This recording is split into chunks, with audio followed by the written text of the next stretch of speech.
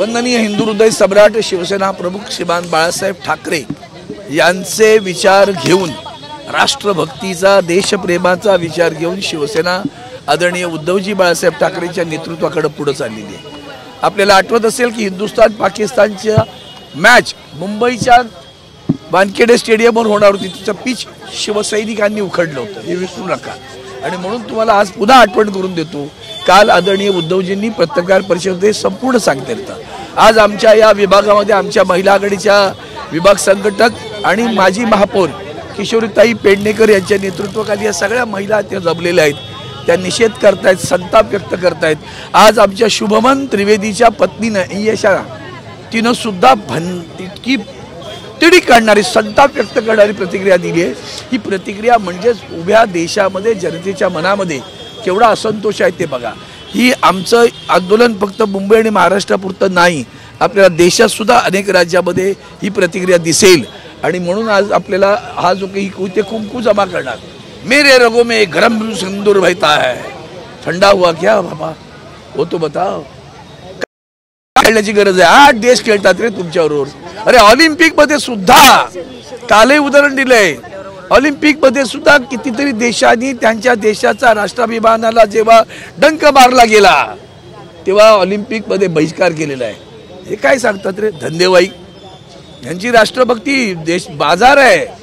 काल आदरणीय उद्धवजींनी चांगला शब्द वापरलाय, देशभक्तीचा बाजार मांडलाय यांनी। आणि म्हणून ह्या बाजारामध्ये लोक जनतेचा संताप समजला पाहिजे की आमच्या पहलगाममध्ये तुम्हीच सांगितलं ना की आमच्या महिलांना त्यांच्या पतीला विचारण्यात आलं तू हिंदू आहेस की मुसलमान आहे, आणि हिंदू म्हणून त्याला गोळ्या मारण्यात आल्या। त्या हिंदूंच्या 26 बलिदानानंतर सुद्धा तुम्हाला पाकिस्तानचे क्रिकेट खेळायचं वाटतं? आतंकवादी राष्ट्र म्हणता तुम्ही, त्या आतंकवादी राष्ट्राबरोबर खेळताय कशासाठी? काय गरज आहे?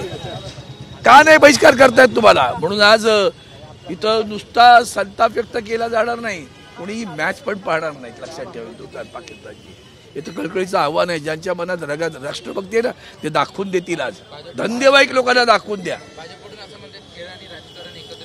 ते त्यांच्या सोयीचं असतं, त्यांनी आयुष्याचा खेळच मांडलाय ना, देशाचा खेळ मांडलाय, देशाचा बाजार मांडलाय, त्यांच्याकडनं काय विचार घेता हो तुम्ही? सोयीस्कर म्हणजे तुम्ही म्हणाल तेव्हा तुमच्या रगों में सिंदूर बहता है, नाही तेव्हा सिंदूर थंड होत आहे। भाजप म्हणते बीसीसीआय ही स्वायत्त यंत्रणा आहे, सोडा हो, त्याच्यासारखी करप्ट यंत्रणा नाही। कोण आहे तिथे? घराणेशाहीचा उल्लेख करतात समजा ना, तो कोण आहे तिथे? अध्यक्ष कोण आहे? कोण अध्यक्ष आहे स्वायत्तचा? कुणाचा पुत्र आहे अध्यक्ष बीसीसीआयचा? जय शाह आहे ना। देशात असलेल्या थांब ना, मी जय शाह नाव घेतलं ना, जय शाह आहे ना।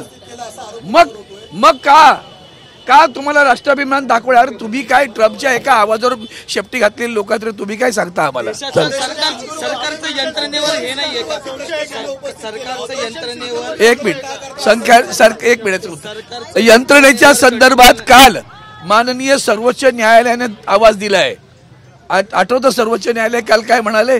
ज्या यंत्रणा तपास करणार आहेत त्यांचा सुद्धा तपास होऊ शकतो, हे कालच्या सर्वोच्च न्यायालयाचं वाक्य आहे। त्यांना काही आरोप करू द्या हो, राष्ट्रभक्ती लंडनला जाऊन कमी होते आणि अमेरिकेत राहून कमी वाढते अशातला भाग नाही।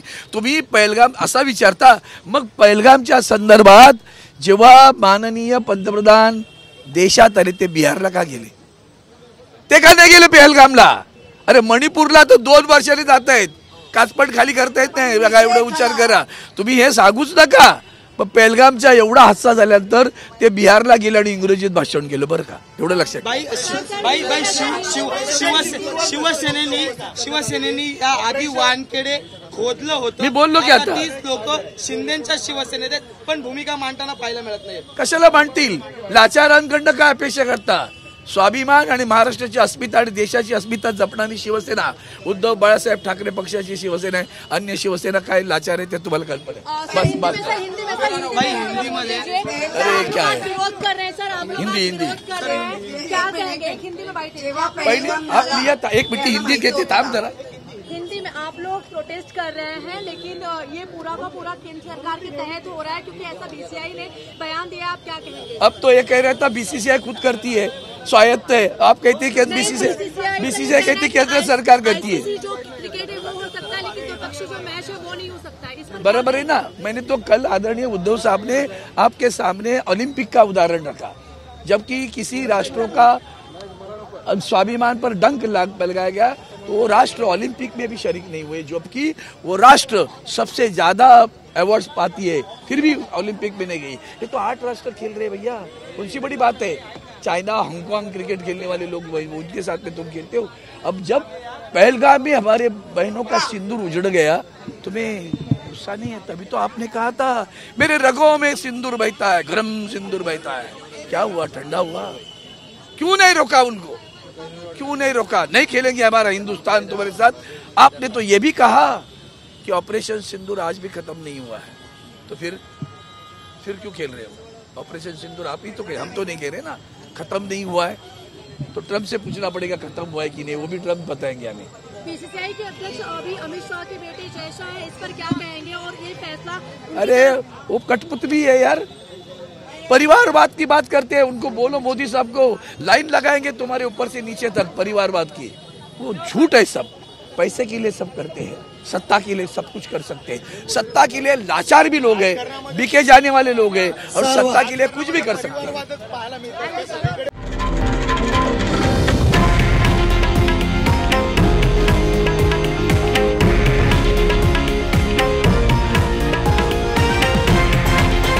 हे आहे देशातील नंबर 1 न्यूज नेटवर्क आणि आपण पाहत आहात TV9 मराठी, एकमेव।